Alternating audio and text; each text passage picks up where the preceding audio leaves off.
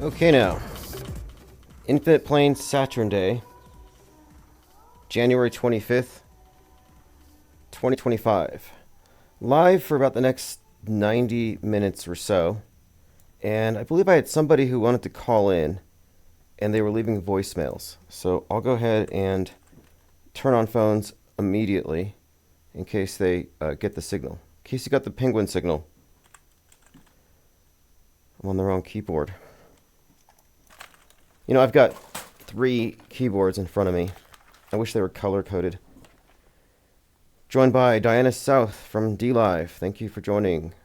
First one in the raft. And anyone that does an auto-hoax, just push them overboard. Literally. No, not really. It's okay. You know, there's time to catch up. But we are in a quarantine right now.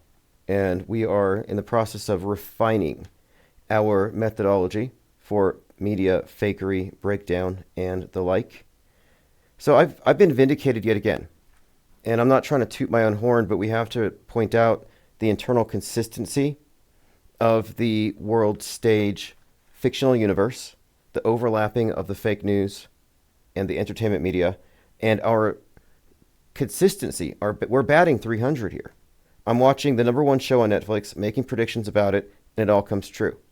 But it gets even better. So, for example, I saw the shooter in Nashville wearing a shirt, and just based on the font, I said, hey, this has got to be Burzum, which is a tie-in to Kanye West.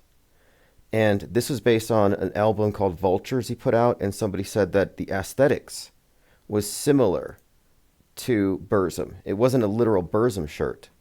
Well, later he puts on a Burzum shirt, creates a separate controversy. But as I talked about in Solomon Henderson Metascripted Madness, this turns out to be part of the story. And not only does he mention Kanye West by name in his manifesto, but he's mentioned Candace Owens. And Candace Owens and West did the White Lives Matter before Ye went on his, quote, anti-Semitic spree. And White Lives Matter, of course, is sort of a, you know, it's not meant to be the same message as Black Lives Matter. It's a refutation of Black Lives Matter in a way. But the fact that they put it out there is really intriguing for a few reasons. We talked about the symbolism of it at the time. Ye and his Black Skinhead song. And this is all intriguing stuff when you get into the song, how far back it goes, and how it seems to forecast what he was going to do over the next 10 years with his career, with his life. The fall of Kanye West. And of course, in the manifesto, the shooter, Henderson Solomon, referred to death to the West. And I think it's all connected here. The Kardashians being emblematic of like peak Western degeneracy. And then the fall of his family. He said it was because of porn and Hollywood. There's a story here. But again, based on just on the shirt, I said there's going to be a Ye tie-in. And it brings in Candace Owens, brings in Nick Fuentes. And then, of course, he engaged in his killing spree. He only killed one person in himself because of what he came across on the internet, because of what he heard from Nick Fuentes and what he heard in the music of West and, of course, Owens. So all of that made me think it's a psyop. But now we get even more vindication with the Luigi Mangione character. I discussed the December 6th killing of Brian Thompson, the CEO of United Healthcare, in the context of the wider media ecosystem. I presupposed that Netflix's #1 show would predictably foreshadow the next spate of incoming psyops. Life does not follow Netflix, however, fake news events do. When I saw the story of Luigi shooting the CEO with the 3D printed gun, and I recognized the inherent class warfare narrative, I instantly saw parallels to The Madness, again, the #1 show at the time. And here's a recent article that just came out from The Stranger. What if Luigi got away? And the subheadline here is, the subtitle is, a Netflix show dreamed up a Luigi Mangione 2 years before he killed the CEO. And then it asks, or notices rather, that Netflix has a crystal ball. On November 28, 2024, Netflix dropped a TV show whose creators appear to own something of a crystal ball. Watch and see for yourself. The series The Madness began pre-production in 2023, but it managed to see with eerie accuracy where the United States would be after the re-election of Donald Trump on November 5th, 2024. And as I said in my own analysis of this show, The Madness, I said this was forecasting. It was foreshadowing the role that Elon was about to take. He hadn't even ascended into the form that he's in right now at the time that the show was out. So this is not coincidental here, and this person is saying it's eerie, which is their usual go-to. The connection here is eerie. No, it's not eerie. It's predictable. And I'm not a psychic. I'm not a prophet. But like I said, we have been accurately making predictions about future news events based on Netflix. This shouldn't be possible. But it happens all the time. So to continue, it begins with the death of a neo-Nazi influencer, leader of the Forge. And this is Mark Simon, who's analogous to Nick Fuentes and America First. So the Forge equals America First. Recently, Nick Fuentes had an assassination attempt. Somebody showed up at his house. They killed some people across the street. The guy was on a killing spree. That's recent. Kind of a tie-in here. Quote, a good portion of the public think murder, talking about the assassination, Luigi killing the CEO. This is from the article. A good portion of the public actually think the murder was not a bad thing. And this is comparing it to the movie. In the movie, what's wrong with killing a social media hate monger? Someone who promotes the final solution for all races that are not white. Exactly. When Nick Fuentes was nearly assassinated, the news media ignored it. In fact, they didn't even call it an assassination attempt. They kind of downplayed it. They didn't want to make him look like a martyr because, of course, he had just been charged with assault for attacking a woman who rang his doorbell. And to gain sympathy for that, I think he was trying to play on the angle that they tried to kill him. And, of course, the news media ignored this. And, just today, and let me see if I have a picture of it here. Just today, I was out on a walk and touching grass. And on a telephone pole, I saw a poster advertising class war, and specifically Luigi. Let me bring this up here. So this is the manifesto that was written on the shells. And if you recall, it led to a book, Deny, Defend, and Depose is what he put, an assassination term. But Deny, Defend, and Delay, I believe, is the title of a book about the corruption within the healthcare insurance industry, something that motivated Luigi to strike. Now, this is up on a telephone pole, and it says, no war but class war. And from the very beginning, I said this entire story is based on Joker. It's based on the class warfare narrative. I said this from the beginning, and as you can see here, this is organic on the street. Somebody posted it. I took this down, by the way. I have it here. I'm considering putting it on eBay, but I want to draw the character Luigi from Super Mario over this one. I want to add some stuff to it, some Metascript. But let's get back into this, because I'm pointing out here that based on the class warfare narrative in The Madness, I said this is being superimposed onto this Luigi story. And then we had the Luigi lookalike contests, which are very similar to the Joker kill the rich movement, where they all put on the Joker masks. So we see these comparisons, these parallels, and the parallels are continuing here. In The Madness, the accused killer of the social media hate monger is protected in the neighborhoods where he seeks refuge. So not only does he kill this neo-Nazi, but in the working class neighborhood, nobody snitches on him. And here's what the writer of the piece wrote, quote, is this not what many fantasized, hoped, and prayed would happen for Mangione? He shows up in, say, Seattle. He's recognized and secreted to a comfy basement in Columbia City. Now, I've never fantasized, but I'm pretty sure on the left, a lot of people fantasized about him getting away. Quote, the fantasy captured by The Madness is about something that many Americans hope for in the murder of the healthcare CEO, common ground for all wage-earning Americans. So when I saw this murder, I didn't think, well, this should bring together people against the rich. But a lot of people did. A lot of people buy into the kill the rich or class warfare narrative based on envy. and on the idea that we're in a closed system and the only reason they're rich is because they exploited the poor, and the only reason you're poor is because they're rich. It's a real nasty worldview. But here's where it gets even more intriguing here. Because at the very beginning of this, we were talking about who this character is, how he's constructed. And a lot of people said he looked like Dave Franco, an actor. And I didn't know much about Dave Franco, but I said, I guarantee Dave Franco has some role that ties into the Joker, that ties into this bigger picture. And sure enough, he played the voice of the Riddler in this television show for in the Batman universe. But listen to this. Dave Franco trends after shooting suspect's mugshot goes viral. Dave Franco trends as Luigi Mangione sparks uncanny resemblance. And as we noted in our first discussion, many were comparing him to Dave Franco. And here's where the latest development comes in. Just today, this article came out on Entertainment Weekly. Dave Franco says everyone he knows wants him to play Luigi. He says, quote, I've never received more texts in my life about anything. And thanks to Mark Foley for tweeting this at me. So Entertainment Weekly has this article here where Dave Franco is being inundated with texts of people telling him that he needs to play Luigi. Hey, you need to play the guy that killed the CEO. You need to play the hero, the good guy, from their perspective, obviously.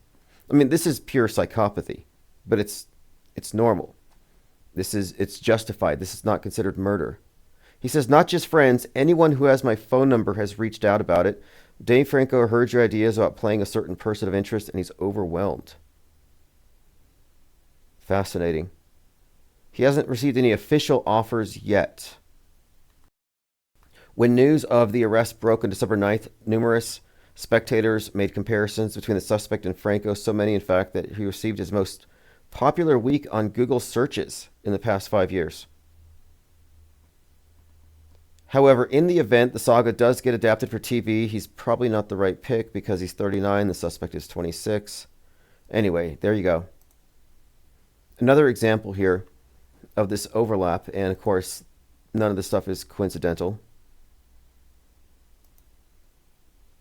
But what I was pointing out here too is that this article had made this exact comparison I've made between this movie and how it was eerily predictive of Elon Musk post-election.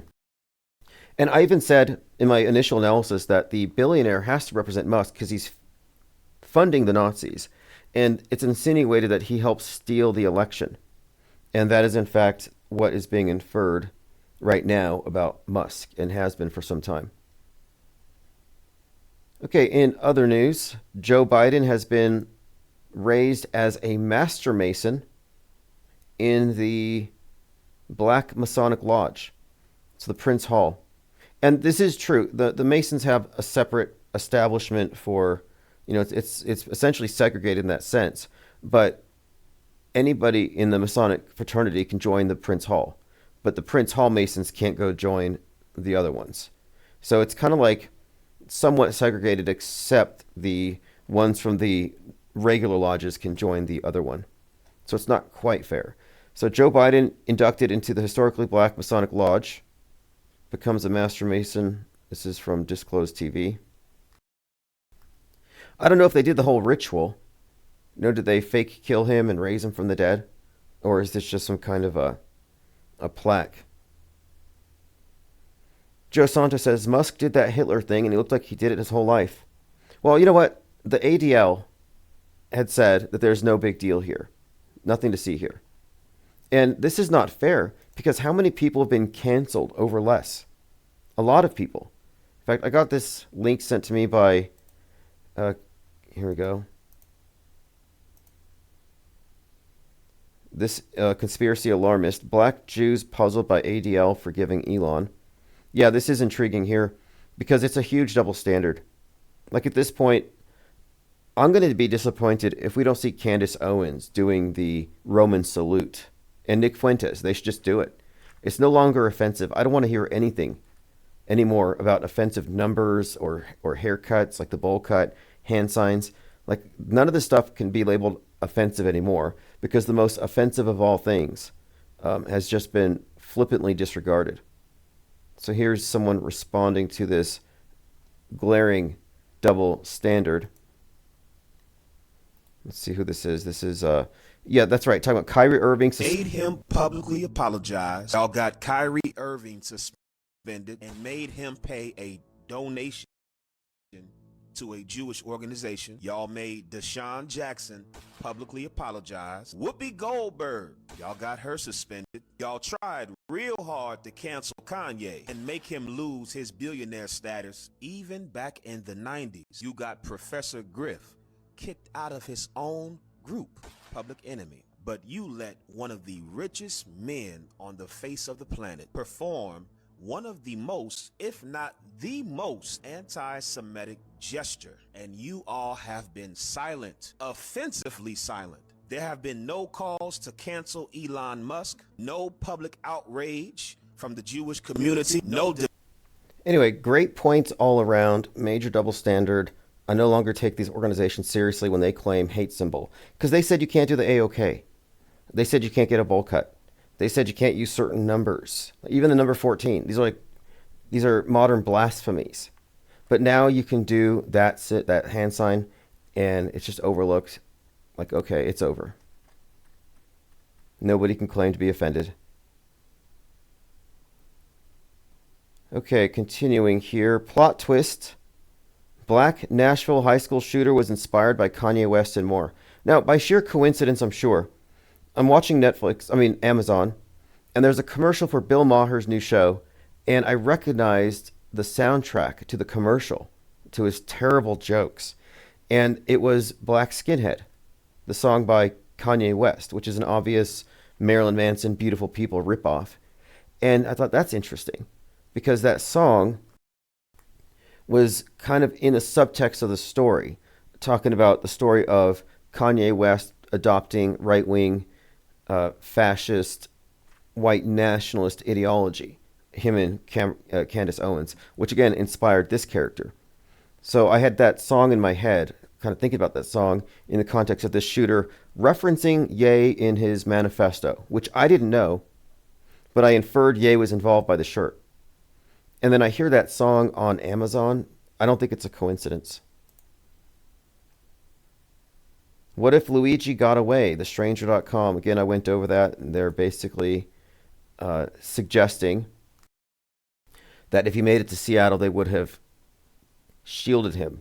You know, he would have been considered, I guess, a fugitive. I don't know. I mean, it's just like he's a hero to them. It's sickening, really. And the fact of it is, I don't believe the CEO died. To me, Luigi's just an actor on the world stage, totally scripted. This is a lifetime role. But people's responses to it are quite revealing. The fact that they don't know it's fake is immaterial here. So here's Candace Owens talking about the shooter that put her name in the manifesto. It's truly sickening that people would use the death of a young 16-year-old to score political points. Regarding the manifesto, it's an obvious troll. It's deranged. The individual plagiarized the same language from the Christchurch, New Zealand manifesto combined with other manifestos. It's a plagiarized document. Now, that doesn't surprise me. The Christchurch manifesto, Brenton Tarrant, shout out to PewDiePie, was plagiarized from Anders Breivik, the guy who shot up the Labour Party's children while they were swimming, fake story. And that was largely plagiarized, I believe, from the Unabomber. But if you look, they're all kind of interconnected and they reference one another. In fact, this shooter was doing poses like the other shooters, like intentionally to make the association.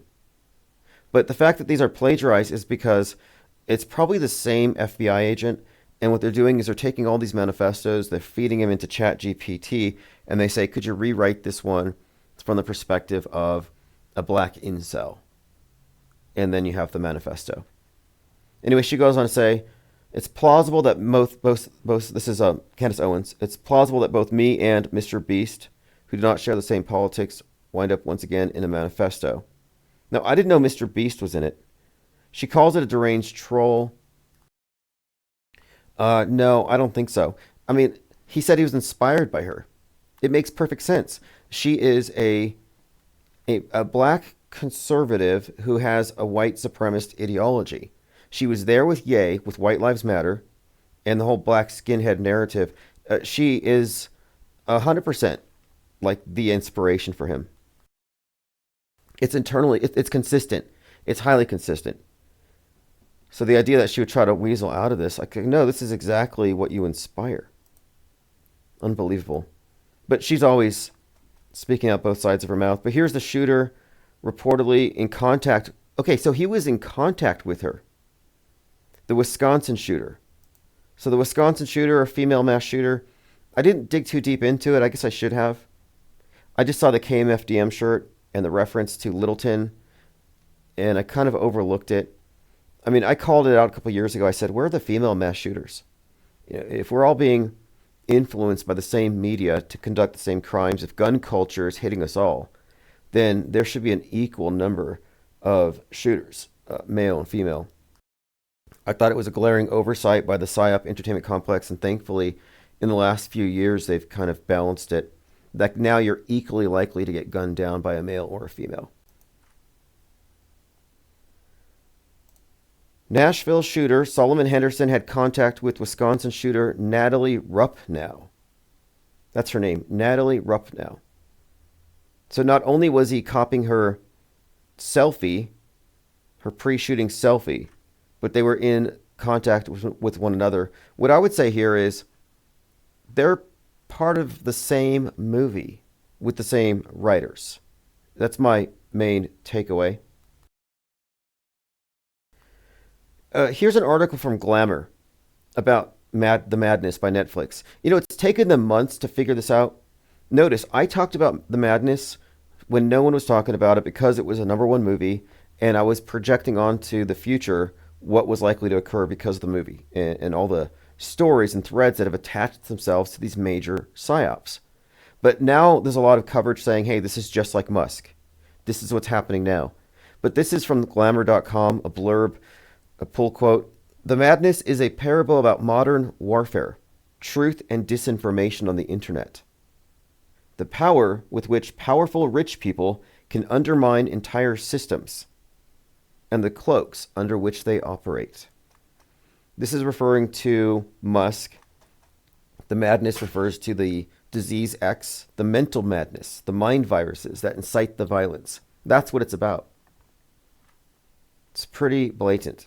By the way, the main character is Don Lemon, turned into this action hero. Nashville high school shooter's manifesto says Candace Owens influenced him. And note the word influenced in quotes. There's a connection here between the concept of the mind virus, which is a thought crime, but they've attached the language of epidemiology and pandemics to words and ideas. So when they say this person's an influencer, it reminds me of the Economist cover from Winter Solstice 2017, The New Shape of Chinese Power, and it has the spiked globe with red on China, and it looks like a COVID ball if you painted it all red. But it says the novel shape of Chinese power, or the novel. Let me bring up that cover actually. The New Shape of Chinese Influence. Sharp Power. The New Shape of Chinese Influence. So, new shape, novel shape, novel corona, obviously. So if you look at the cover, and this is from 2017, it's a COVID ball, but right now it's just sitting there in Wuhan, just stewing in some underheated bowl of bat soup. It hasn't fully erupted into a pandemic yet. But if you could imagine this red spot covering the entire spiked ball, what would you have? You would have a COVID, the symbol of COVID. But new shape, replace it with novel. Replace Chinese influence with Chinese influenza. And what do you have? The novel Chinese influenza. And of course, Sharp Power talks about the way it changed the power structure, the redistribution of wealth from the bottom up, etc. But getting back to here, Nashville high school shooter's manifesto says Candace Owens influenced him. So he caught her mind flu, her mind influenza. He caught mind viruses from her. Disease X. He caught the madness. Not a coincidence either that in a number of his photos, he's doing the Roman salute. Now, I'm sure he was just in a state of exuberance. He might be slightly autistic. But he did that a number of times in a number of photos, just like Musk. So the timing of Musk doing that, Musk, again, Disease X, the source of the madness, and him doing it, not a coincidence. Salty Siren says TikTok made him do it, the Chinese influenza. Yeah, actually, that's a good point. That's a really good point. Because he was a big TikToker. He had a lot of goofy TikTok videos. It's highly likely that you could make the case here. TikTok, he caught it there. I did a poll. Is Elon Musk a Nazi? And that's just because I refuse to be gaslit. He's going to come out goose-stepping and sig-heiling. And they're going to say, no, he was just being exuberant. Like, no, you're talking to me like I don't have my own perceptions. Like, I'm not outsourcing my perceptions. I'm going to call things like they are. But I'm just asking the question in a poll. I was curious to see what people would say. Looks like 30% said yes. 20% said yes. 20% yes. 30% said yes. 100% said yes. Of course, I rigged it. Like he supposedly rigged the election. And one commenter here said, no, but he's functioning autistic. And he might actually believe his childlike take on our universe. I'm not being sarcastic. People give him the benefit of the doubt. Do you believe that someone who's involved with either legitimate rocket science and sending people to Mars, or who's part of the Psyop Entertainment Complex at a level where they're faking space, do you think someone like that is so out of control with himself that he would literally flail around and just make that hand sign? No, I don't think you should let them tell you to trust them and what they're saying and not your lying eyes. Like, this is just straight up gaslighting. Got a comment here. I'm trying to go through all the different video platforms, and if I miss any comments. So I am a werewolf said, nice work. Never heard of the madness. We'll check it out. Yeah, again, if you watch the madness, Mark Simon is a combination of Stu Peters and Nick Fuentes. Lauren Jennings is Laura Loomer, who dies, by the way. They take her out with a nerve agent that approximates a heart attack, so look for Laura Loomer to die. The billionaire's Musk. There's 3D printed guns, CEO assassinated, and the people in the hood are protecting him. There's online Nazis financed by the billionaire who incites extremists, and he stole the election. Nice tie-in here with, of course, pretty much everything but the Luigi story. So if you want to watch it, it's on Netflix. A lot of people say, you know, you're always promoting Netflix. It's all propaganda. Like, well, no, it's not propaganda. It's not just propaganda. It's programming. You know, everyone has these Truman shows in their heads, but the Truman Show has a script. I like to read the scripts so I know what the dominant worldview is at that moment. It's called being situationally aware. And you have a choice. You can be misinformed with the masses, or you can be informed. And being informed is knowing what they believe, as well as knowing what isn't true. Or, third option, you can stay uninformed and not pay attention to any of it, which is the weakest position of all. Being uninformed in the info war, it's like going to battle without any ammunition. And I like to be informed. I like to know why I don't believe something. I don't flippantly say something's fake. Like with the shooting, I said, it's probably real, low body count. But then I saw the connections to Ye and to Owens and to Fuentes and all these other characters. And then I realized, okay, this is another one of these constructs. This is Earth OK says, you're rapidly becoming the only thing on the internet that's remotely watchable. Appreciate that. And we're not going away under any circumstances. Barth78 says 100% on track, Tim. Well, we are. What we're doing is we are elucidating the deliberate synchronization between entertainment and news, because the entertainment is all propaganda. And this gives us a bit of prescience. We know the foreshadowing, but it gives us, I think, a deeper level of interpretation. So here's the image from Dawn to Times that tipped me off about the story. So look on the right. This is the cover art for Vultures by Ye. And Dawn to Times said, it seems like Ye was inspired by Burzum, a Norwegian black metal music project founded by Varg Vikernes for the cover of Vultures. They also sampled a song from this album in the past.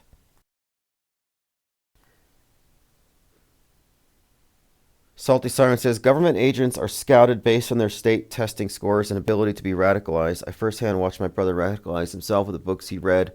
Media has always been the... You know, in The Madness, one of the characters is an FBI agent, and he has a personal gripe against this billionaire because of the billionaire's role in radicalizing his own brother into political extremism. And I've been connecting this cyberspace contamination by disease X with Musk's contamination of low Earth orbit. And in recent weeks, there have been stories of space junk affecting flights, and Musk says it's mere entertainment. But this again reiterates what The Guardian said, that the madness is about the power of the very wealthy to disrupt entire systems. Low Earth orbit, cyberspace.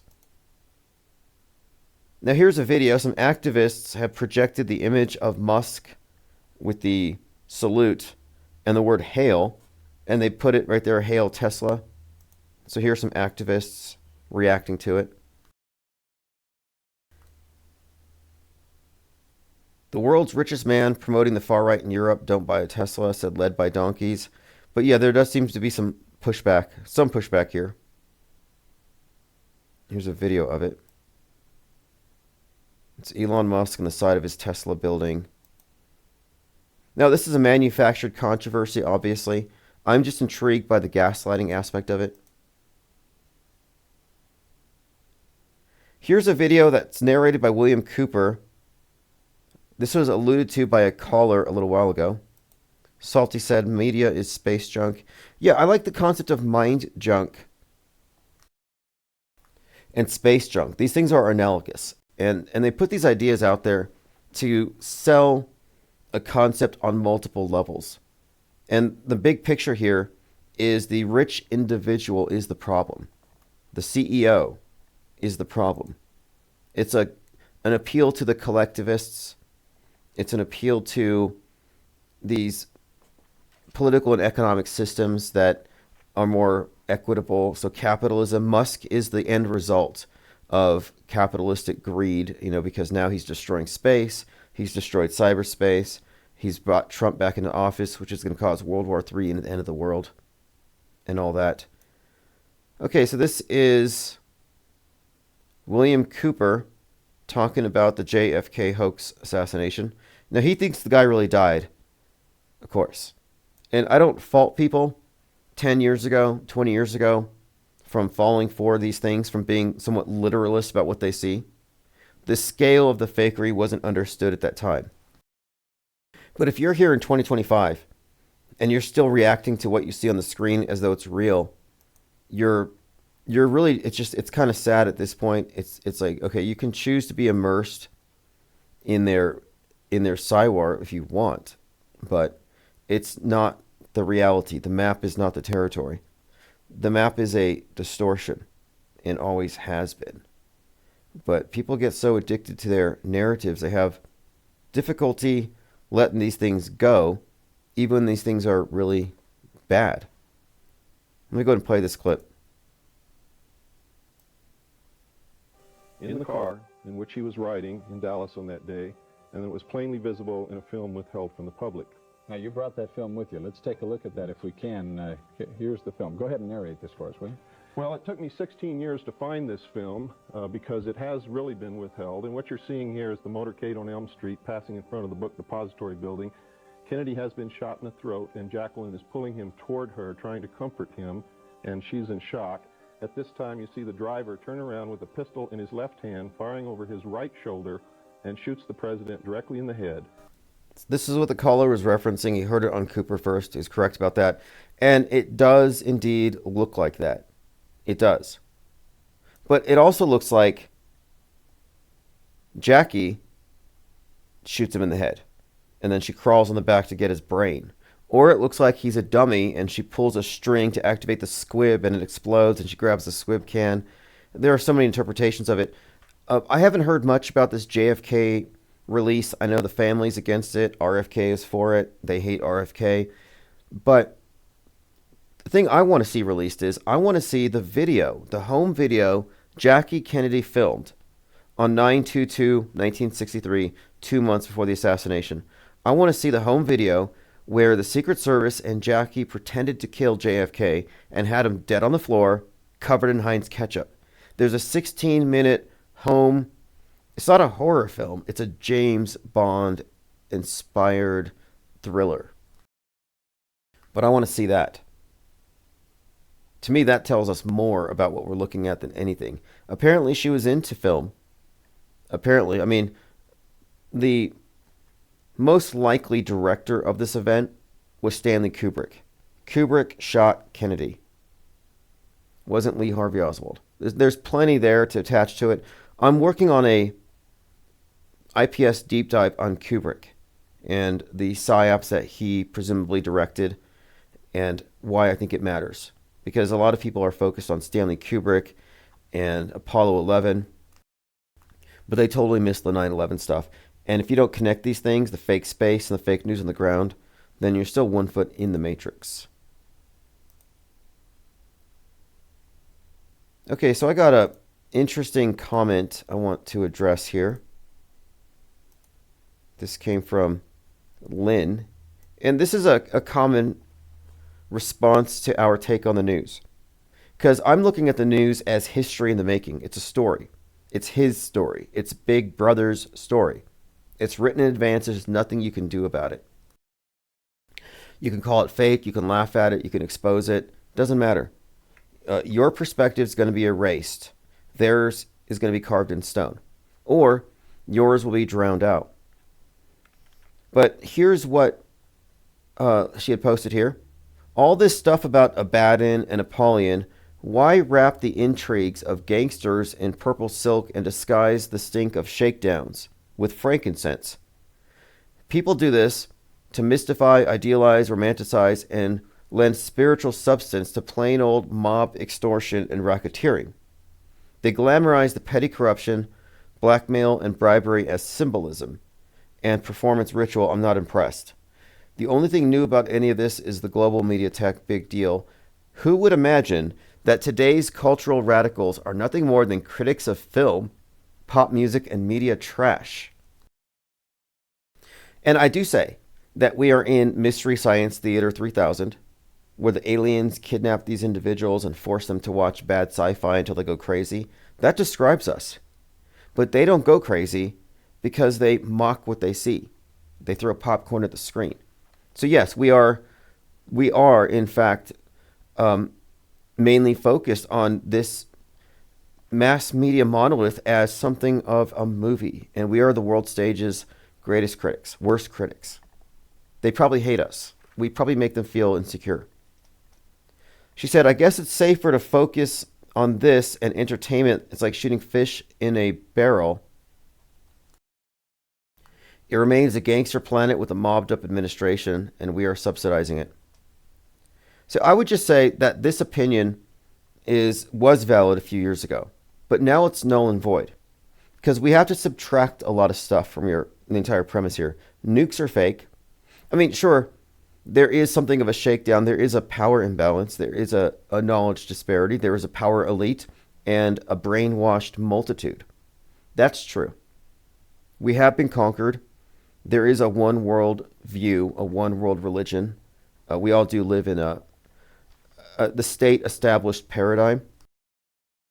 That's true. But I don't know if it's bad news.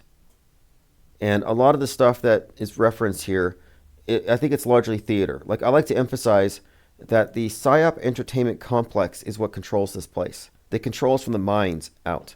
They don't need to control your bodies with jackbooted thugs and chains and whips when they can control you through your mind with drugs and news and media and drama. Theater, theater as a weapon of mind war. And that's where we're at. That does describe the scenario. So it makes no sense to run around trying to raise an army or trying to do what Antifa does to fight the system physically. No, the people who are doing that are in no shape to take on what the structure really is. They're falling for all these psyops, which turn them into LARPers. Another point here, we're dealing with the true believers in the media programming. So, like, who are you going to organize? Like, good luck organizing controlled opposition stooges. Anyone who fell for January 6th, anyone who falls in line with any controlled opposition, anti-position, they've internalized the Truman Show programming. It's like trying to get mental patients organized to take over the asylum. Let's say you manage to get a lot of mental patients to organize and take over. They beat up the orderlies, and now they control the building. Well, they're still mental patients. They're in no position to assert control over themselves or take over anything outside of the asylum. And that's the position we're in. I'm not saying it's dire. I'm saying it's futile. Resistance is futile. Everything's under control. You have no foothold to organize the people who are alt media. Now, if you want to organize people who understand what's going on, you have to go outside of the mainstream media box, and that's what we're doing. But our position here is popcorn, not ammo. Inactivism, conscientious objection, and applied skepticism.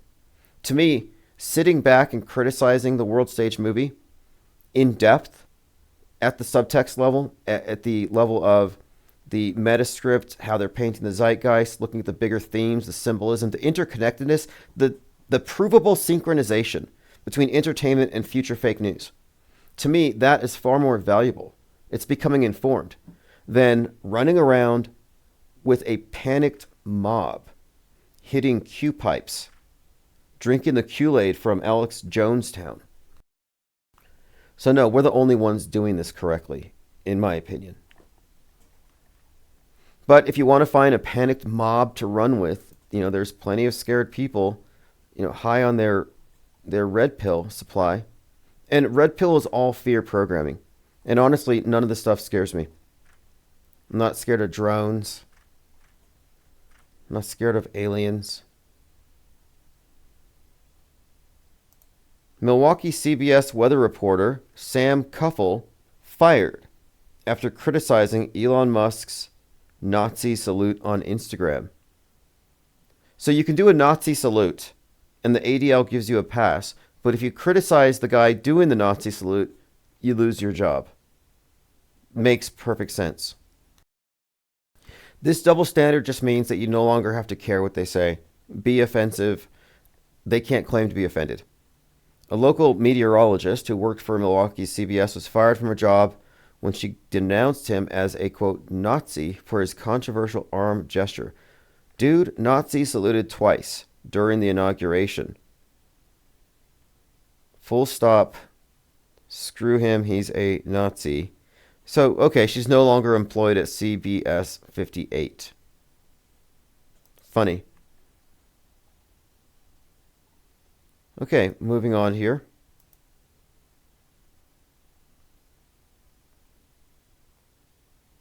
Been a very interesting week. We've talked about bleeding robots, robots that cry, robots that bleed. The JFK files, huge letdown. Gondola Wish says, have you ever looked into the eye ointment they put into newborns? I heard this is referred to as veils, and it interferes with our perception of reality. No, I have not. Although JLB suggests that ultrasound has dumbed us down. Like, that's interesting. Like, find a group of people who haven't had that in some part of the world where they don't have access to medical care and see if it's just like a village of geniuses. Like, I don't know if I accept that premise. Let's Go says, sorry, Lynn is rough. Well, look, Lynn Ertel is an MSM pluser, admittedly. And I'm not saying there's anything wrong with that, but the mainstream box MSM refers to mainstream mediation, the big picture as presented by state media that both sides agree on. Now, they have different opinions about it, but they all agreed this is real. Within that box, you have two subsets. You have Woketown and Trutherville. These take the MSM view and add on to it. They're what I call MSM plus. So the media is lying. So you take the story and you add on what they're lying about, the conspiracy theories, and you have more information. So conspiracy theorists are more informed than the normies. But the information they have is all lies and fear porn. And they're addicted to it. So MSM plus is a subset of the mainstream. And the mainstream view is invalid. It doesn't acknowledge its own fakery. Therefore, the mainstream media plus version is even faker and less valid. The only valid position to take on any of these issues is MSM minus, which is the subtractive route, which means you subtract from whatever they're reporting anything that cannot be verified as factual with evidence. You just subtract it. And if you cannot find evidence to support it, you're not obliged to believe it. And I find that informed non-belief makes a lot more sense than being a believer in stuff that you can't prove. This is a world of manipulated believers. That's what makes this thing work. We have to move away from being believers and followers and replace that with skeptical seekers and knowers. So I may not believe what you believe, but I know why I don't believe it. But I think it's what we're seeing here, it's a cultural thing. So the alternative media culture, anti-establishment, anti-media has always been somewhat orthodox. Like their position is whatever's mainstream, I'm against it. But they accept the big premise that the world's in trouble, but these guys are at fault. So they're in a different worldview. And conspiracy theorists have always been more agitated because they believe that things are worse and the media is hiding how bad it is. Everything is more dire to them. It's a doomsday version of events. And I've taken the position lately that the Trutherville is controlled by the same people that give us Woketown. And if you follow these narratives all the way to the very their conclusions, you arrive at this political horseshoe where one group blames whites for everything: critical race theory, systemic racism, capitalism, individualism. They have their criticism that explains the world and why it's wrong, and that's Woketown. Woketown looks at the mainstreamers and is like, these people aren't woke. They're asleep. Then the Trutherville is like, no, we're awake because the red pill. Everyone else is asleep. And they're awake to who controls the world. But for them, truthers don't say whites control the world. They don't believe in systemic racism. For them, it's Israel. It's Jews. So they're like, it's critical race theory and critical Jew theory. And they have different scapegoats, but they have the same grievance politics and the same scapegoat, or the same type of organization around a scapegoat, and that their entire narrative is about we must overcome this bad guy. But these are controlled positions. They're both fake, and both of them miss the big picture by design. So Trutherville is entirely invalid. There are no positions you can take in Trutherville that are valid because it all presupposes the literal existence of everything on the news. They don't disbelieve anything. So it's important to get past that. And fakery is the norm, not the exception. The Psyop Entertainment Complex is what rules this place. It is the main. It is the Psy War. It is the Psyop Entertainment Complex. Isn't a force multiplier. It's not like they use some fakery to trick us sometimes. Like, oh, they put some inflatable tanks to trick the Russians to win the war. No, that's kind of an inversion of how it works. Fakery is the norm, not the exception. The military-industrial complex, the idea that there's this inevitable war that we're going to have that's like World War III and everything's going to shut down. No, that's a figment of the Psyop Entertainment Complex. It's a story they put out there to scare us. It's a doomsday story. And doomsdays are very, very good for organizing societies. I mean, look at climate change. Climate change is a doomsday scenario, and it empowers government to regulate, to tax, to tithe. Look what it's done to culture, how it turns an entire segment of society against consumerism, capitalism, and against. It's a political position more than anything. But it's all presupposing the idea that if we don't change our ways, Gaia is going to punish us all. Left-wing activists beamed a massive image of Elon Musk's infamous raised arm salute and the word hail. The gesture, made by Tesla and SpaceX CEO Musk on Monday, the day of the inauguration, drew comparisons to the Nazi salute. So it's a 9-meter tall factory where they projected it. Let's see if there's anything else here about the shooter. A little more details here about the shooter. Again, they say that he was in contact with the female shooter, Natalie Rupnow.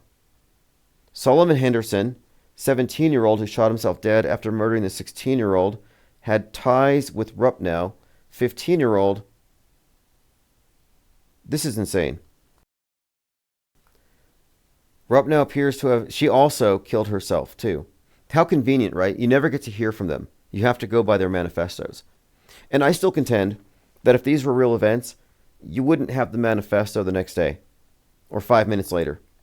That's just too convenient.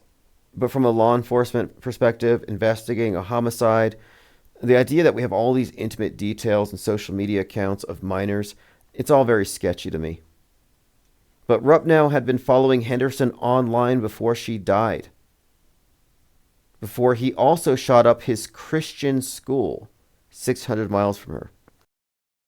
Now note the word Christian here, because school shootings in the past, prior to Audrey Hale, were all right-wing, neo-Nazi, MAGA-friendly shooters who did so because they were racist. That was like the main story. It was racist, it was misogynist, it was, gun-toting right-wingers killing people.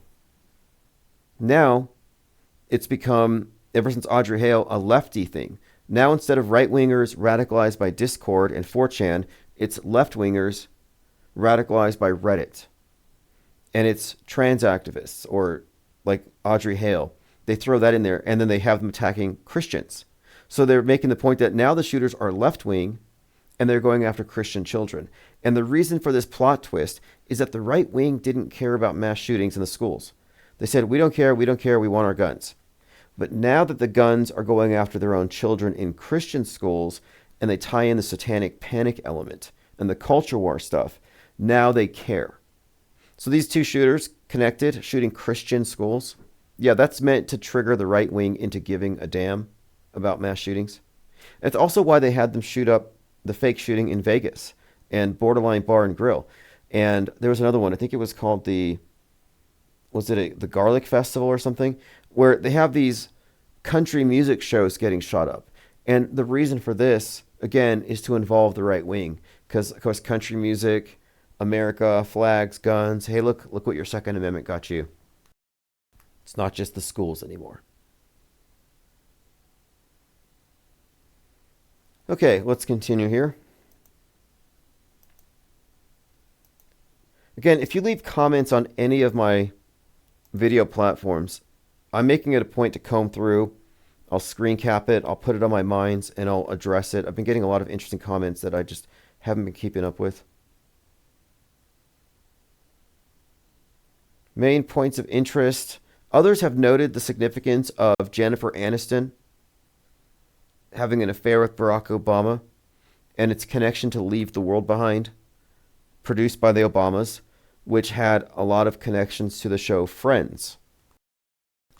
Others have even further made connections between Rachel Chandler, I think that's her name, Rachel and Friends, and who was that? Was it Chelsea? Who was the one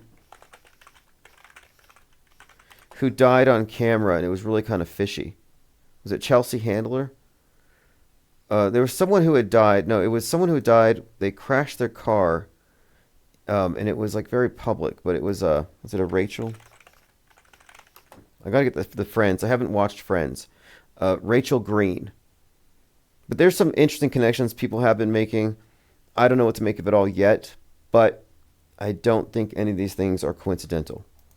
And Leave the World Behind is another example of a movie that predicts, not only does it predict and with great specificity foreshadow a lot of what followed, but the media even had to acknowledge these eerie coincidences. Like, it's a big deal when the media acknowledges it. Now, of course, they downplay it. They downplay it as eerie coincidence.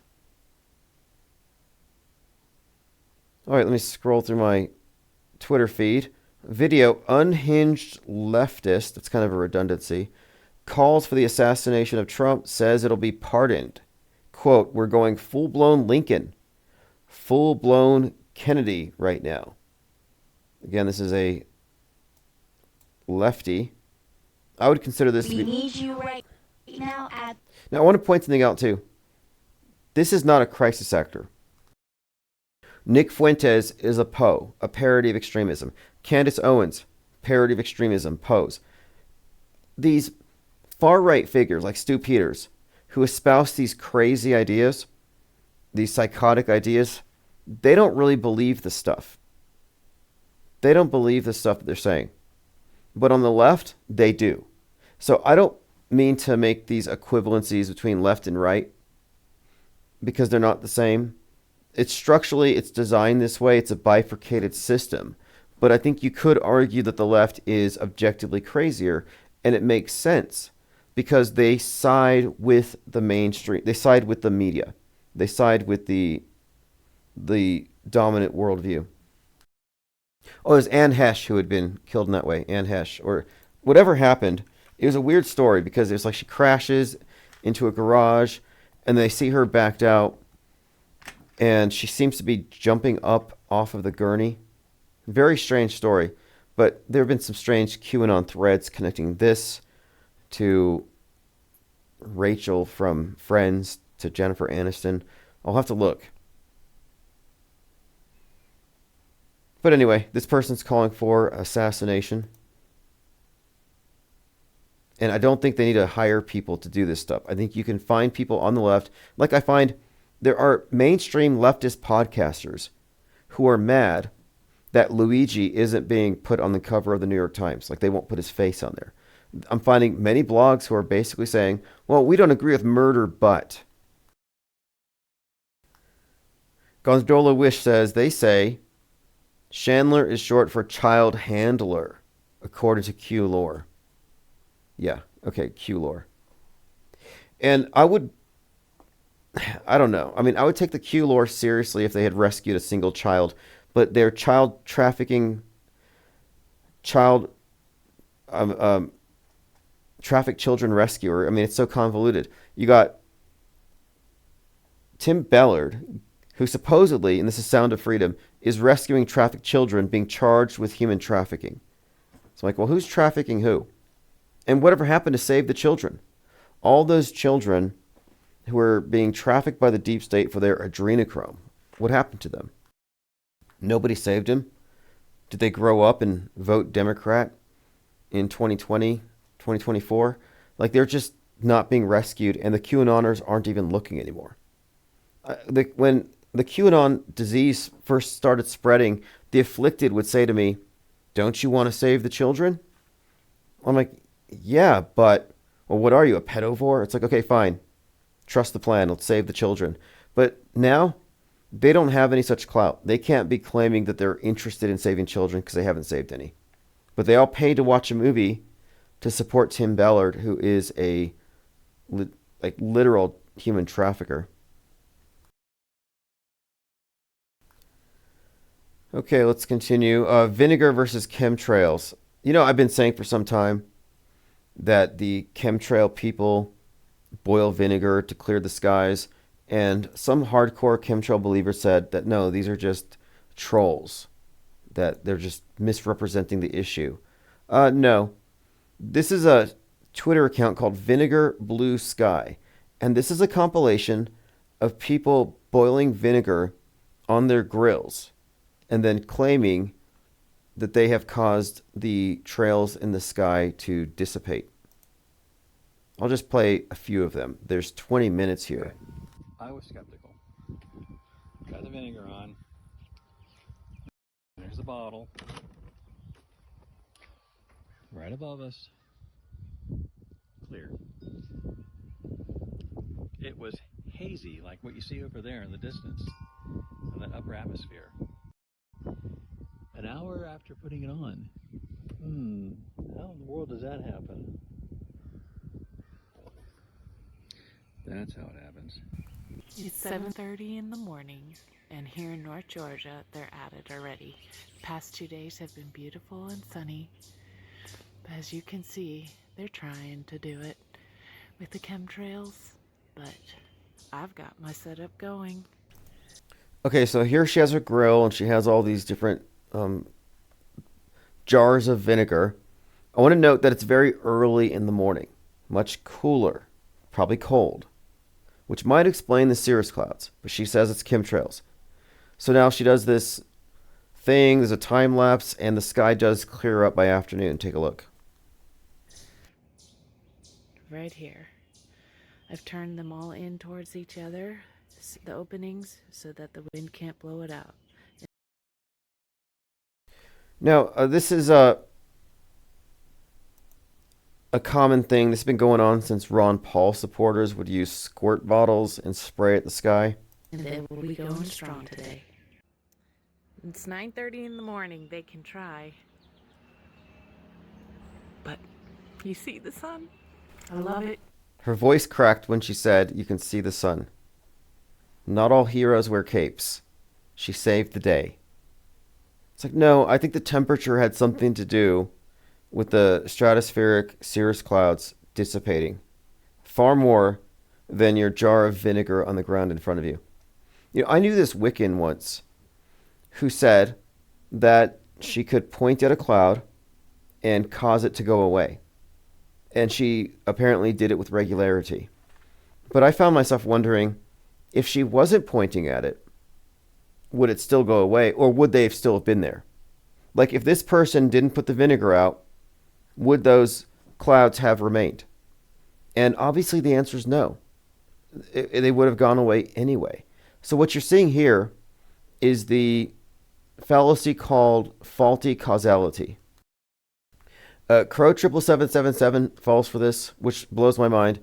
And I'm interested in this because I want to know if any truthers out there can tell the truth about this particular issue when they find it out, or are they going to stick to their explanation? Like, can they admit they've been tricked? I will admit if I've been tricked. And if you can't admit to yourself that you fell for a faulty causality, that, you know, A happens before B, therefore A caused B. Not true in every instance. But falling for this is nothing to be ashamed of, but you should at least recognize and say, hey, look, to my 200,000 subscribers, I've misled you.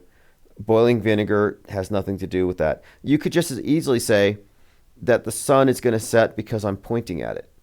It's going to set anyway. So no, this isn't evidence of anything other than a logical fallacy. Here's somebody in Belgium doing it. It's all over the world. There are people doing this. I'll play one more.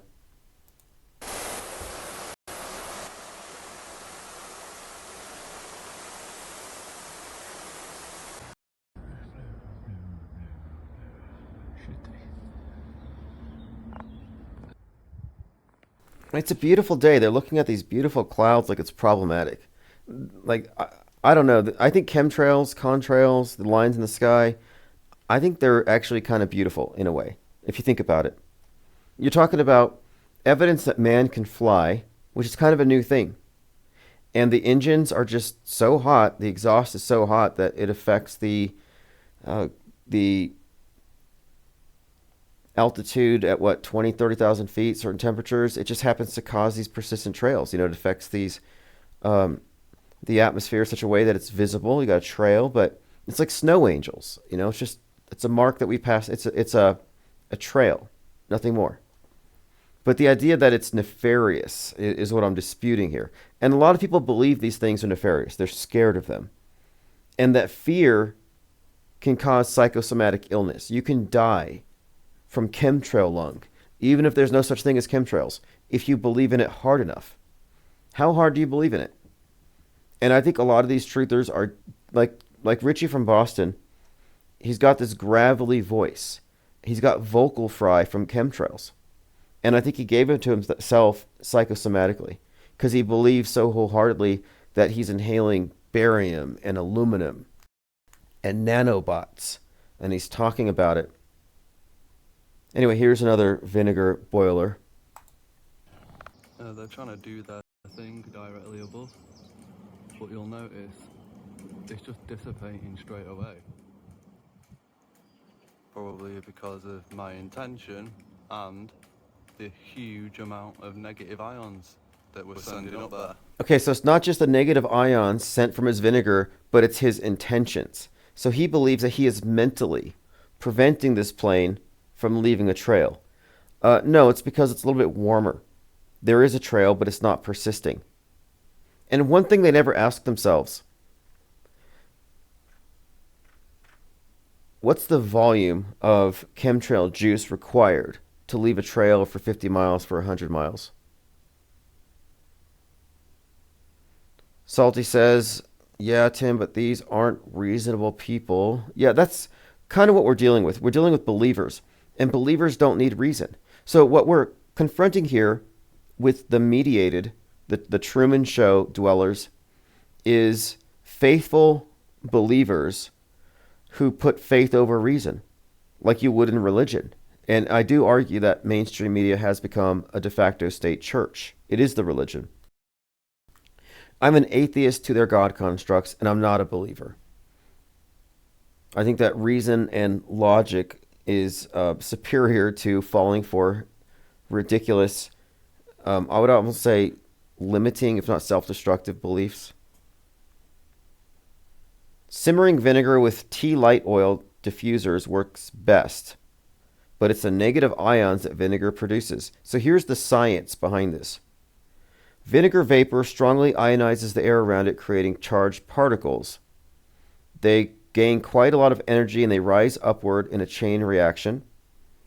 They have higher energy compared to the surroundings and can ionize huge amounts of air in a chain-like fashion.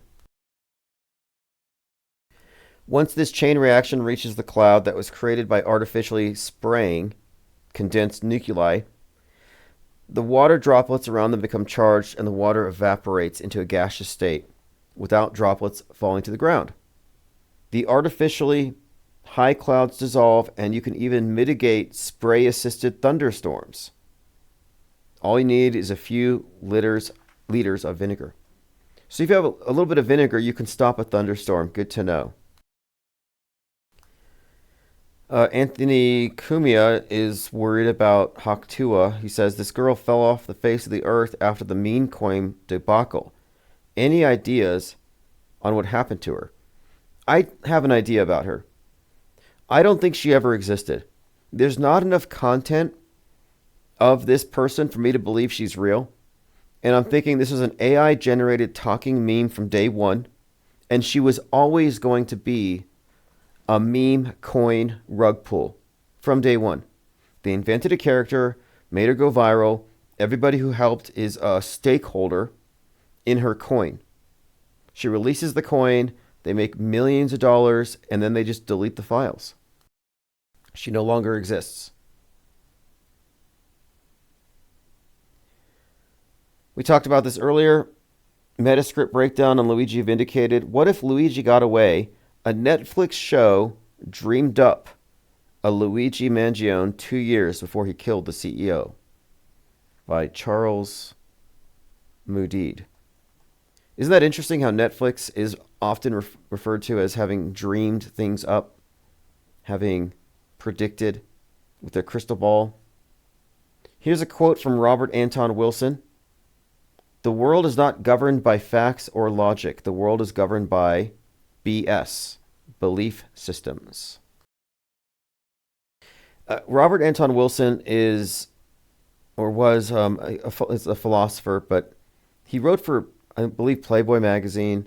He did some science fiction, conspiracy genre books. He wrote the Illuminatus trilogy. I think he popularized the concept of Illuminati in conspiracy circles in a lot of ways. But Robert Anton Wilson wrote quite a bit about how interchangeable belief systems are and how arbitrary they are, and why it's important to ensure that you're not holding on to a belief system that limits your, what he called, reality tunnel. And interestingly enough, I happened to be reading one of his books called The Cosmic Trigger when I watched The Truman Show in the theater. And because of his book, I was very receptive to the ideas in The Truman Show's subtext, Sirius, the dog star, and the esoteric side of it, because Robert Anton Wilson wrote extensively about the dog star and its significance within the various magical, or I guess you would call them mystery school traditions, Freemasonry, for example, and their emphasis on the dog star. And again, if you've seen The Truman Show, he's in the illusion. He's a programmed NPC until the dog star falls. A stage light falls that says Canis Majoris. And that glitch in the Matrix is what causes him to break his entire programming. The book, The Cosmic Trigger, is about the dog star being, quote, the cosmic trigger, because in his book he maintains the idea that our mental and psychological evolution is being precipitated. Our change in consciousness is actually being beamed to us through some signals being sent from the dog star. That's the premise of The Cosmic Trigger. So it's notable that Jim Carrey's character is awakened to this illusion by the falling dog star. And this is a theme that follows Jim Carrey through multiple movies and different roles. I believe he's a dog catcher in The Number 23. The movie, The Number 23, about a book where the author is describing how the number 23 has led him down this trail. And all these synchronicities of the number 23 begin to infect Jim Carrey's character. Well, the book, The Cosmic Trigger, is in large part about the number 23 and synchronicities that the author had. So I would even say that, and it's not explicitly stated, but the Jim Carrey movie, The Number 23, is actually about the book, The Cosmic Trigger. Yeah, exactly, Joe Santo. I'm glad you brought that up. Like the movie Sim 1 with Al Pacino. So if you haven't seen Sim 1, it's Simone. Simone, S1M0NE. Great movie, Al Pacino. This is about a film producer who creates an actress, complete deep fake. Fools everybody. Nobody knows that she doesn't exist. I guess it says it's satire here. 2002 American satirical science fiction film. It follows a fading director who creates a virtual actress to star in his films. And he tries to keep her non-presence a secret as she becomes more famous. And this is what I think we saw with the meme girl there, the Hawk Tua girl. I think it's plausible that she was a computer-generated woman, animated, a virtual actor. She was given some podcast roles, but I kind of think her face and her demeanor might have even been templated off of Marjorie Taylor Greene. Did anybody else get that feeling? Great movie, though. And this came out in 2002. I mean, this is way ahead of its time. How many people, how many actors, how many musicians have we been following over the years who don't actually exist?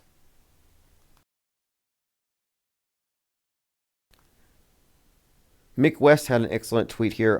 Mick West, obviously he's a gloober. He's probably a shill. Who knows?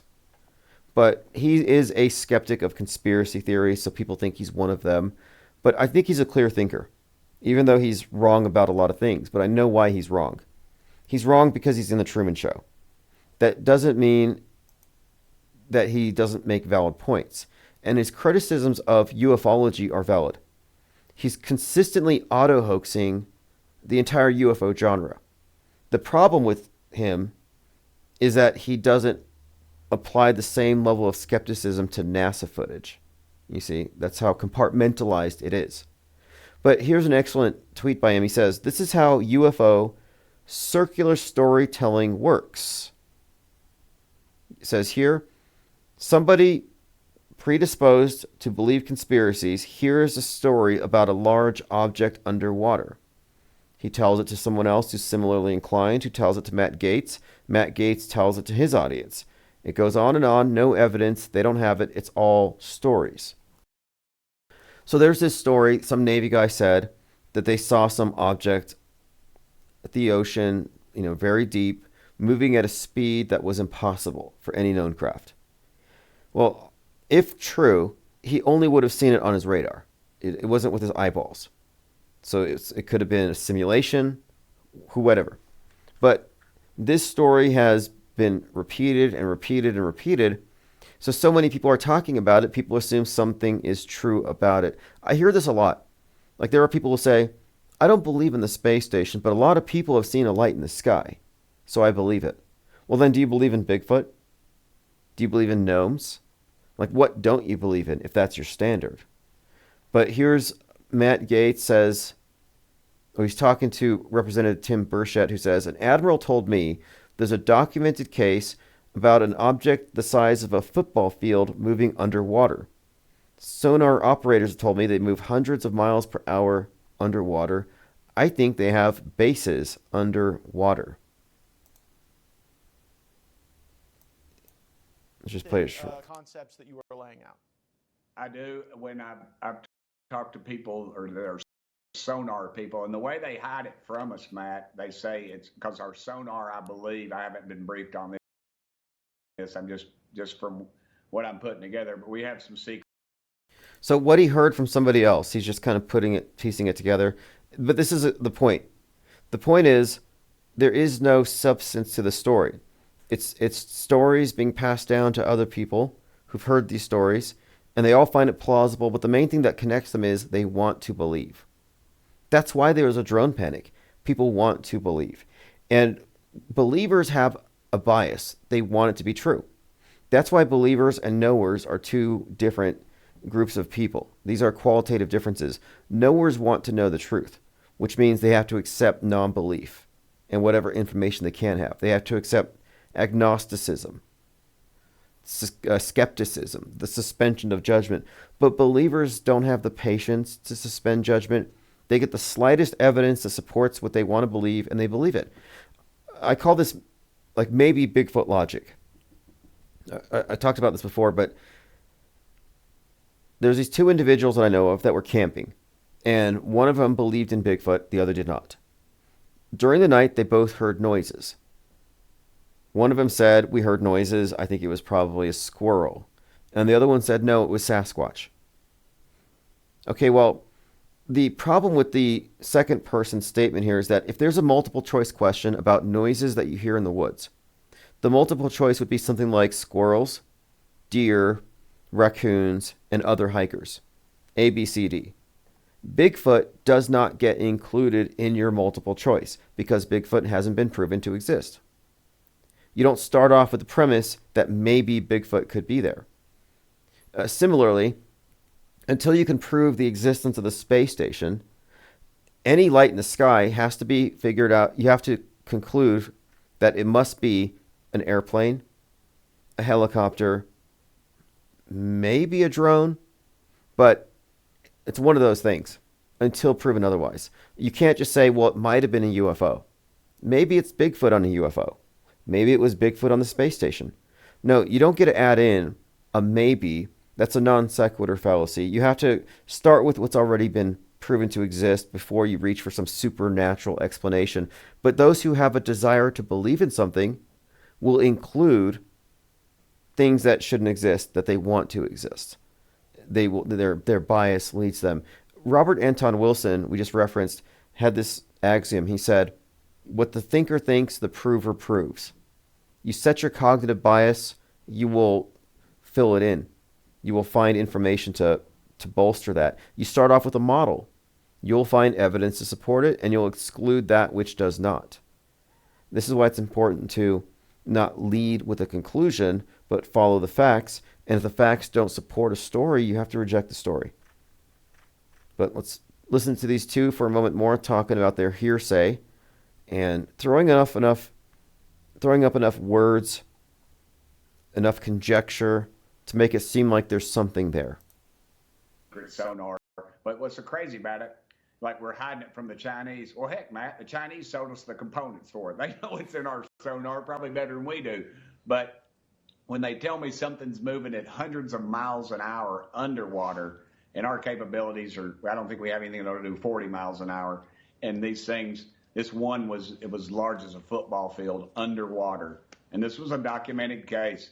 And I have an admiral telling me this stuff. So an admiral told him. So yes, that's again hearsay at best. Hearsay. And interestingly, Matt Gaetz grew up in the house where they filmed the Truman Show. Truman, Burbanks. Here we go. Matt Gaetz' $2.7 million childhood home played a starring role in the Truman Show. Matt Gaetz' family owns the home from the Truman Show. The house with the white picket fence where Jim Carrey had his awakening.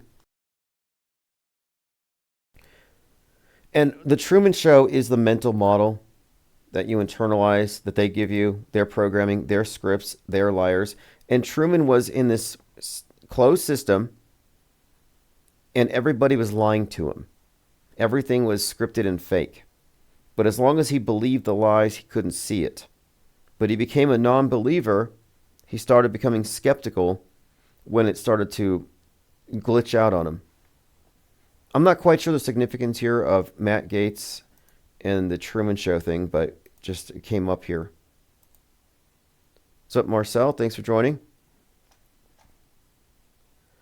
Well, there's plenty more to talk about. We will be live tomorrow. Joe Biden's now a master Mason. I guess that's significant. He's a Prince Hall Mason.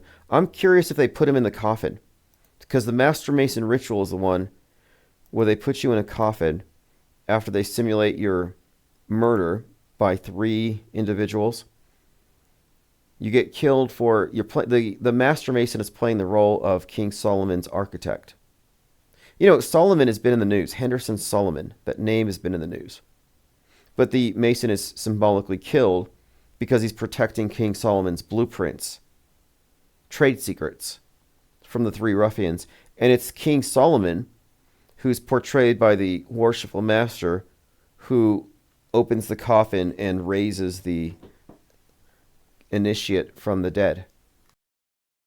So again, Joe Biden was raised to Master Mason. I would have believed he already was one. Although he's Catholic, and some say there's something of I don't know if there's a prohibition or if they're mutually exclusive, but I think Catholics have their separate organization. Separate but analogous. We mentioned William Cooper before, and Behold a Pale Horse has a number of initiation oaths from various groups that you can compare and contrast, and it's fascinating how similar they all are. Oath Keepers founder Stuart Rhodes visits Capitol Hill after Trump clemency. A lot of these J6ers are walking free.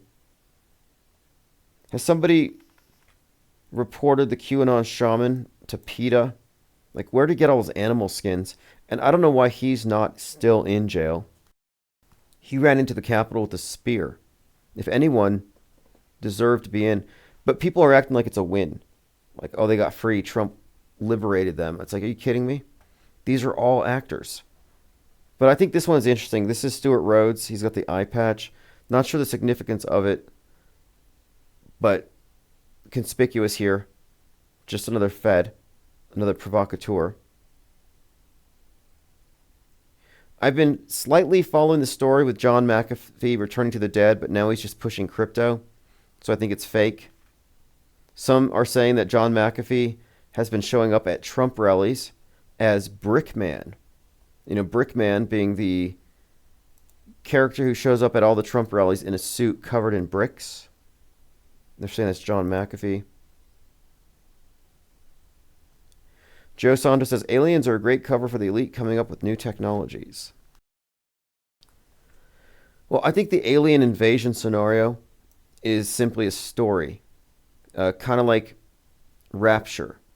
It's a it's an eschatology. It's an end of the world type story.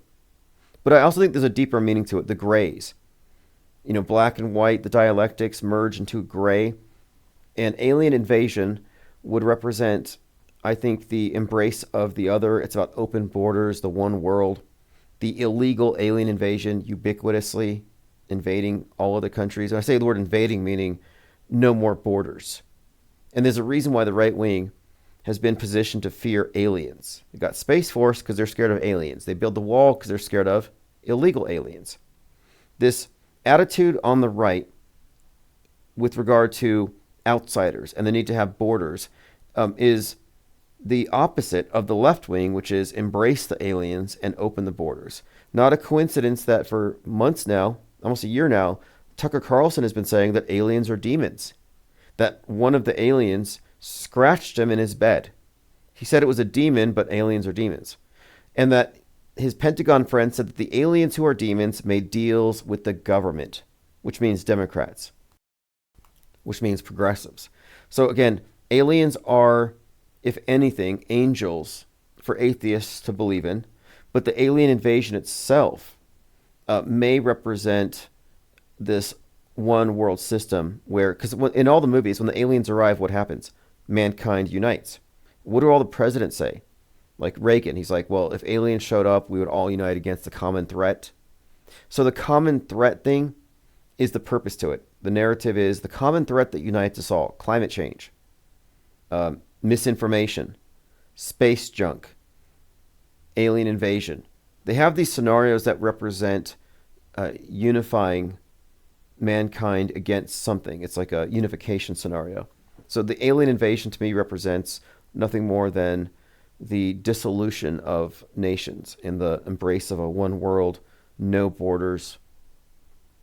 And grays, of course, the synthesis of these poles, these left versus right, this bifurcated psyop. I think it's all designed eventually to lead to this unification. But it's not going to involve literal green men from Mars. Although I'm open to the possibility that there are underground bases like Truman shows, entire cities full of people who think they're on Mars, like brainwashed children raised in these simulations. Wouldn't shock me. I'm still debating if that's the case, because there was this CIA agent who claimed this to be true. I think his name was Mark Knight. He was the guy on InfoWars who said that there were children being kidnapped and they were being taken to Mars on a journey to be slaves. And NASA came out and they actually said that he was not telling the truth, that they don't actually have any slaves going to Mars. But the fact that NASA responded to it was somewhat conspicuous. But I thought, now I don't believe that there are any children being trafficked to like Mars, literally. But it wouldn't surprise me if they were being trafficked to some place, I don't know, perhaps beneath Las Vegas. Woods Bear says, you think the entire crowd of J6 were actors? No, I would say this. I would say look at Woo's News' work. I would ask you first, do you think, like what percentage would you say? Just based on looking at it. Because I can understand, it's a huge crowd, right? It looks like there's no way they could all be actors. But one thing that Woo's News really shows in his breakdown of J6 is that Trump's given the speech at the ellipse. And while he's giving the speech, the so-called riots begin. It's a 45-minute walk from the ellipse to the Capitol. So the action was already going on. It was a closed movie set, like 9/11. And what Woo's News showed is that anyone who wasn't part of it were immediately more or less outgrouped. So it was a closed movie set. There were real people there, but the people who participated in the insurrection itself were actors. It was like nobody was arrested, like legitimately in my opinion. Ashley Babbitt didn't die. In fact, if you think Ashley Babbitt died, then that's a low information belief. You haven't looked into the evidence suggesting it was a hoax. Specifically the jump cut in the edit. And aside from the jump cut, the squib, major squib failure. Oh no, it was not Robert Knight. I'm sorry, it was Robert Steele. Ex-CIA Robert Steele is the one who said, "This might strike your listeners as way out there, but we believe there's a colony on Mars populated by children who are kidnapped into space." 20 years ago, 90% of NASA missions are secret, I've been told by high-level engineers. So there you go. NASA says there are no humans on Mars, says Guy Webster. There are active rovers. There's a rumor going around, but there are no humans. So NASA had to come out and clarify that there aren't any humans on Mars. Yeah, but are there humans on the underground Truman Show Mars base? Mars Village, exactly. Gondola Wish says the elite are not as powerful as you think. Yes, they are. They absolutely are. They controlled your mind until you figured out fakery. They control the minds of the multitudes. They got billions of people to believe all their lies and do on a daily basis. They shape society in every way. 1984 was a horror story, a dystopia, but now everybody self-surveils. They use social media. It's like a mind-reading device from the perspective of the elite. They can read our minds. We're totally controlled by an invisible, monolithic government that nobody can even see. Nobody's immune to it. Everybody's programmed. It's been in control since before any of us were born. The conqueror writes history, and they write, and this is a truism, but our history is written day by day with fake news. The idea that they're not powerful is absurd. What happened in 2020? They gaslight us every day en masse, and there's nothing that can be done about it. They are incontestable. It is literally a power elite. The idea that they're not powerful is just cope. People tell me, don't call them elite. It's like, why not? Why not? The beginning of wisdom is to call things by their right names. Call the brainwashed, brainwashed. Call the power elite, the believers, the knowers, the programmed, the programmers, the deprogrammed. We have to use accurate terminology if we want to have any level of situational awareness. And if you haven't seen Woo's News, I suggest you do. You don't have enough information to say January 6th was real. We have enough information to call it fake. And this is important because if you believe the story of J6, you're deep in the matrix. You might as well believe the official story of 9/11. Like it's that significant of a worldview bender. So if you want to live in their news-bent reality, believe in their contemporary myths. I choose not to, but I have information. I'm an informed non-believer. So again, Woo's News, W-O-O-Z, Woo's News. Everything wrong with the Capitol Hill riots in 21 minutes. If you haven't seen it, I'm just going to spam a link. Everything wrong with the Capitol shooting in 21 minutes. This is on BitChute. So I'm going to put a link here on my notes, and I'll make sure I send it out when I put the archives. Everyone should watch this. It's like mandatory watching. Because you would be operating under a false presumption if you thought J6 was real. You would believe the martyrs. And you would also be in error if you believe that Trump was really shot at.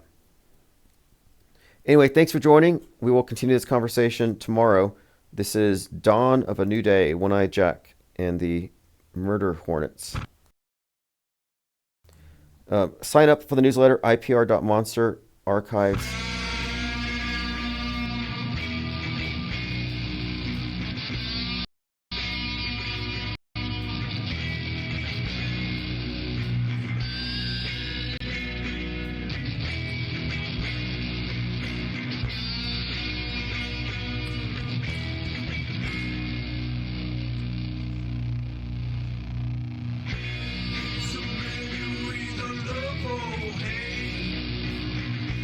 Funny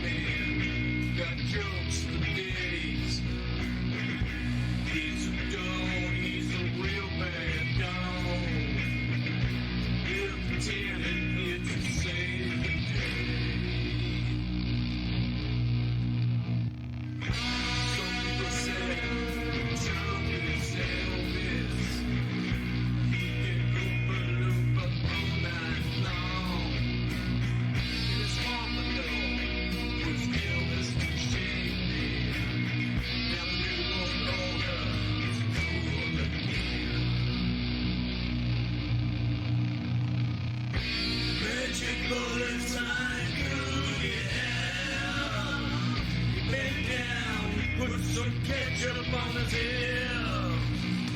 He's a real dog, he's a bad dog. Greater than Elvis, he's a bad dog.